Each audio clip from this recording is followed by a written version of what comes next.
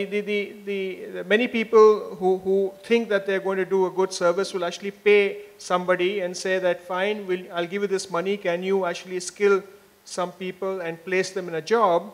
That's my corporate social responsibility, that's what I want to do. And the fact of the matter is that research, and this actual research on the table available at the back, has shown that's a wrong approach. There is a lot of evidence that says that education is a government responsibility. There are no private sector returns to education or skilling. I think in the Indian context, and given that demand is greater than supply, if you look at the studies that have been done by NSDC and the web, there is a requirement of 344 million people in 22 sectors of the economy between now and 2022. To take Manish's saying of 1 million people entering the workforce every month, for the next months you'll only have about 156 million people. That means a lot of people have to move from farm to non-farm. And since industry needs people, and these 22 sectors, the interesting fact is that if industry does not get these people to work in the industrial ecosystem, we are not going to grow at 8%. So, one of the biggest barriers to growth is going to be people and skilled people. So you have people who wanted to get people, and that's the real ideal sweet spot for all social entrepreneurs to get in. And that's how do you actually take your money and revolve it around rather than just give away money every year to skilled people.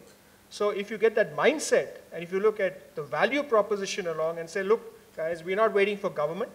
We're not waiting for anybody. We will get up and we will change the system. Is it possible in India today? It is possible in India today. There are 42 entrepreneurs who NSDC has actually approved who are doing it.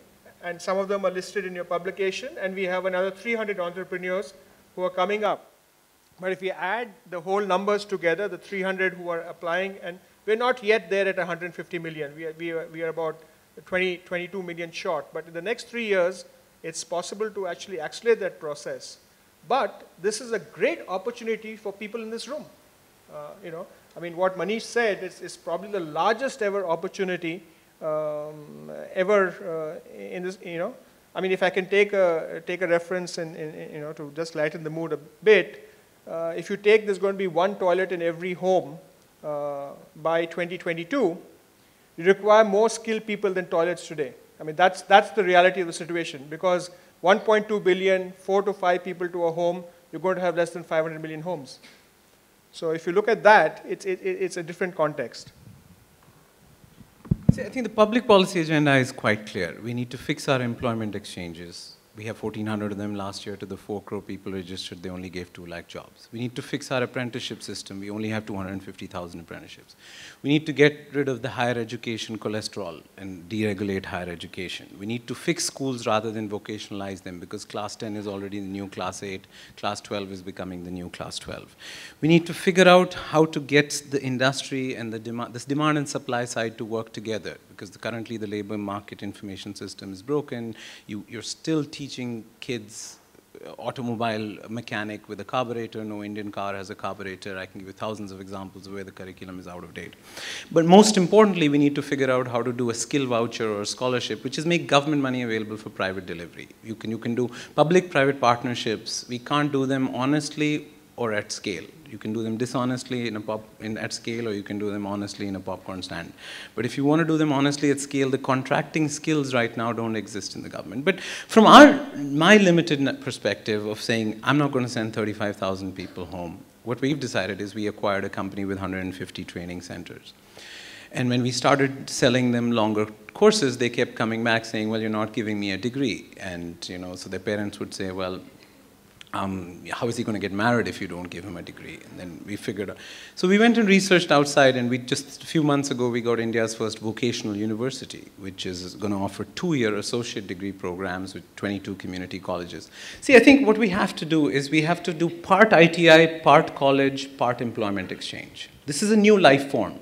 Every countries who industrialized move their people off farms differently. The Indian life forms needs to have an employment exchange as part of the institution, have the skills as part of the curriculum, and have the social signaling value of the degree. You have to have the corridor to the degree, which is why the qualification framework which we're working on is so important to create take a 3-month certificate as an opening balance for a 1-year diploma, as an opening balance for a 2-year associate degree, as an opening. Today there is no vertical mobility. You're not allowed. It's a dead end.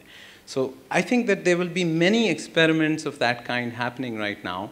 I'm actually not, if I only highlighted the context to demonstrate that this is a massive opportunity for people who are not going to wait around. I think there is no, what's happening in India is not once in a decade or once in a millennium. It's once in the lifetime of a country. But don't get taken away by that hoopla. I memorized Pandit Nehru's Tryst with Destiny speech when I was a kid. But we missed our Tryst with Destiny. There are 300 million people in India who will never read the newspaper that they deliver or sit in the car that they clean or drive the tractor that they unload. We can transform that. I mean, it's not out of the realm of, but the next wave of impact doesn't lie in poetry, it lies in plumbing. It lies in being able to do it at 200 rupees an hour in 400 cities with employment outcomes is a unique challenge and a very interesting and exciting one. Ask the crowd for audience, or? So Manish, I mean, if you look at what you're saying, right? Does it mean that you've got to look at, a different way of doing things, or, you keep talking about the plumbing is not right. But if you look at what you have said, the employment exchanges, I mean, a Naukri.com or a Shine.com or a TimeJobs.com is a different kind of employment exchange, right? So one of the biggest opportunities really here is, and I think a lot of people focus on the training bit, and the training bit is the easiest to do. Set up a world-class training center, tie up with Singapore, set up 150 centers across the country is perhaps the easiest thing to do. The more tougher thing is actually to match the candidate to the job, right? But the most difficult thing, and the incredibly difficult thing to do, is actually to fill the classroom. So if you're unable to fill the classroom, and that's the challenge, because the aspiration of what you are actually talking, talking to that guy and getting him a job, if I take the picture at the back, getting that lady into the sewing machine, but industry only keeps on the sewing machine and doesn't actually move her up, right? So how do you see that actually, if you don't, get people to grow, and if you don't get people to actually see that happening, how does it? But the labor market's already getting sophisticated. Feet on street, financial services, liabilities.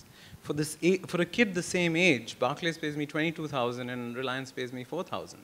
What is the difference? Body odor, English, skills, many different. Or in floor supervisor, Bose pays me 42,000 and Reliance pays me 9,000. For a kid the same age with probably the same job description, but in each industry you want, in FMCG sales, in financial services sales, I can give you the food chain of the same job which has 4 times difference in salary. But Manish, do you think that these NGOs or the nonprofit sector can play a role in telling that guy you need to bathe?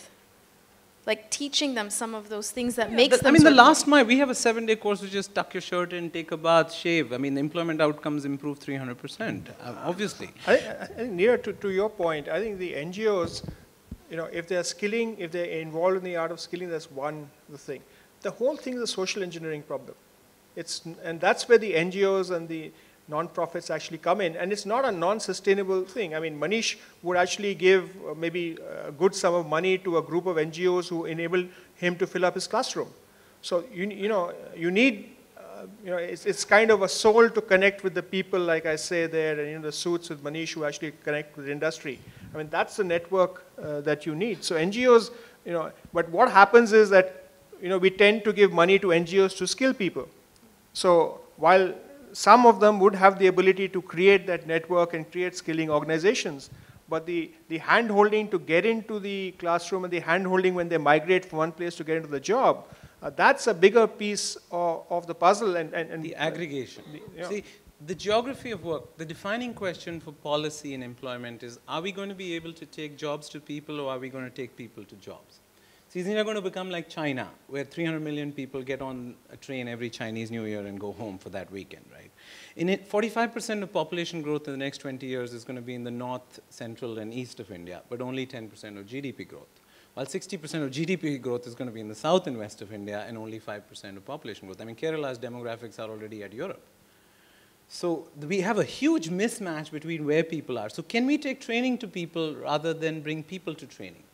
If you can use that sort of long tail of India's geography of work, and we can make a long tail of India's education infrastructure, that would sort of be the magical point.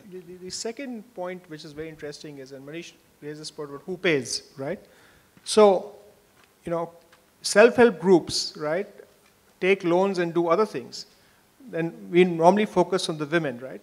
But they have a nephew, a brother, an uncle, or someone. Why can't we use the same self-help groups to actually create an ecosystem of loaning them money to get skilled? You know, I think in the last session there was teach people how to fish rather than give them fish, right? So I mean, this is what is required here. And the interventions that actually enable that to happen are going to have a greater impact and greater scale. Otherwise, you're going to have, you know, disillusioned youth sitting somewhere and saying nobody's doing anything for us. We're going to have small, you know, pilots and small things all over the country and unable to reach scale, and leading to a whole sort of different, you know, problems.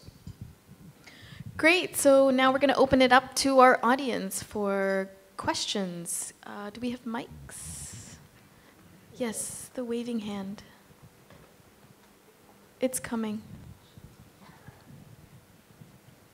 18 years ago, we started an NGO where we wanted to skill train the youth from the neighboring villages. After 6 months of trying to convince them of the value in getting the skills training, we didn't succeed. Now, after 18 years, after having started a school for tribal children, when we're trying to convince the youth to go for skills training, it is an apprentice's job. Like if a carpenter learns, but a carpenter learns carpentry from somebody who knows it already. So for him or her to come into an institution and learn the skills, they're not interested. 100% said, no, my kid is going to be a graduate. He's not going to become a plumber, he's not going to learn carpentry, he's not going to learn these trades. So when Dilip talks about putting the students in the class, I think it's a very critical issue, and I'm wondering that has anyone looked into the behavioral change that is required? And I think that's where the NGOs can play an important role. I don't think the social stigma of training exists if it leads to a job, in my experience. Traditionally, I think it was rational to avoid vocational training in the past because it didn't lead to a job. The price-performance ratio wasn't there. But if you're able to offer people a corridor to a job and able to offer them a corridor to the degree. That is why the qualification framework becomes important. You know, 50% of college enrollment in the US is in community colleges. Only 20% of those go on to finish a full 4-year degree. The dead-end view of vocational training and the lack of a job, you know, you have to be able to offer the job and training. You know, why we set up the community colleges in Gujarat was every parent kept telling us, you know, I send him to you for a job and training, and I send him to a college so that he can get married. Imagine if I can offer you both, right? I mean, it's what Woody Allen said, you know, the advantage of being bisexual is you double your chances of finding a date, right? So that they want a degree and they want this. I don't believe that, I believe that degree obsession is coming down, but it still does exist. So if you can offer them a pathway to a degree, and I can guarantee, you know, less than 20% of our students will go on to a full degree, but the optionality of being able to a degree takes away some confusion, and the ability to get them into a job creates much more buy-in. But the social stigma one is I think that train is leaving the station if it hasn't left the station already. I think the answer to that question, I agree with Manish in most of what he said. And I think the thing is, if you show a person a job, right, you would know whether the person wants that job or not. There'll be two types of people. One who will see it as a pathway to getting another job, and therefore he would join, and then there would be attrition and high rates of attrition. You're seeing that in many sectors. So the learning is that how do you document it, and how do you find the people who have the aspiration level to actually keep that job? And that's where, you know, the connect of NGOs with the local communities and them being is very, very important. So initially, you know, we've been focusing on the student, right? But the challenge between the degree and the non-degree is with the parent. right? So we've got to actually work in that community. We've addressed the wrong audience in trying to address this, because when a parent sends his or her child to school, the ambition is to get a degree, because for many years when we were ruled by the British, the degree was only what led to a job. And we've not been able in 60 plus years of independence to actually transform that. And we have to do it in the next 10 years. Otherwise, we are not going to solve the problem. Manish, you've talked about in the past at different forums and in your writing about the employment laws. On the one hand, you said that everyone you speak to in government agrees. They all agree about changing the employment laws, but nobody's done so yet. And the fact is, industry is growing without creating jobs. How do you deal with that? I don't think industry is growing without creating jobs. We're just creating jobs in the informal sector. See, 4 labor market variables, 12% manufacturing employment, 58% agricultural employment, 50% self-employment, and 93% informal employment are exactly where they were in 1991 to now. So the notion, there are 3 narratives in government right now. One is that the transmission losses between how the labor laws are written, interpreted, practiced, and enforced are so high that labor law reform doesn't matter. Labor law reform is, we did 8% growth without labor law reform, so we're not really going to get to 12. I think that labor law reform is a very integral part of skill development, because as long as 7% of of the labor force is informal employment, we have an exit gate problem with financing skill development. A lot of microfinance and banks would only give loans for skill development if we could show them a formal sector job at the end of the tunnel. They can't finance for unorganized employment, and financing for self-employment is a different thought world. I just focus on wage employment because I don't think India needs more self-employment. We need less self-employment. So I think the 7%, the expansion of formal employment is closely linked to the labor law issue. Most people don't disagree with the fact that the labor law is leading to capital substitution of labor. Labor laws are leading to subscale enterprises. I mean, 80% of India's textile industry, 80% of output is in firms with less than 11 employees, and 80% of China's output is in firms with more than 50 employees. There's something going on here which is not cultural. I mean, the subscale enterprise, I mean, we don't like small companies. There is something, but I don't think labor law is an idea, reform is an idea whose time has come. Skill reform is an idea whose time has come. Great, so that brings our exciting session. Yeah, and I just want to take 1 second. The challenge here, I'm sorry, but if you look at the 97% of people in the informal sector, right, the problem is that you're looking for a plumber or a carpenter or a driver. You don't know where to find one, right? So it's an information kind of an issue. And the biggest opportunity really in this space is to organize the unorganized. And if you organize the unorganized through an information system, through a collective system, through either production, the industry, or the example that was taken in the morning is one example. If you organize those people, labor laws don't actually interfere in your doing that. And you've got to find new solutions to do that. If you're going to wait for labor laws to actually change in this country, in the current political scenario, then you're not going to leverage the dividend. I mean, that's the challenge. And we have to agree to that and then work forward and take it forward. Great, so these are the 2 masterminds that are going to transform the world, and I know many of you had your hands up. So please take some time during lunch to speak with both, and thank you for joining us.